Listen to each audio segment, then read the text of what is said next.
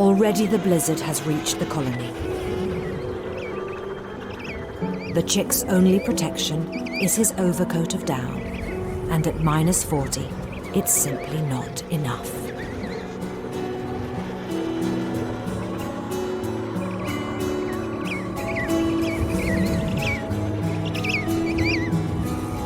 And unfortunately, the other mothers care only for their own.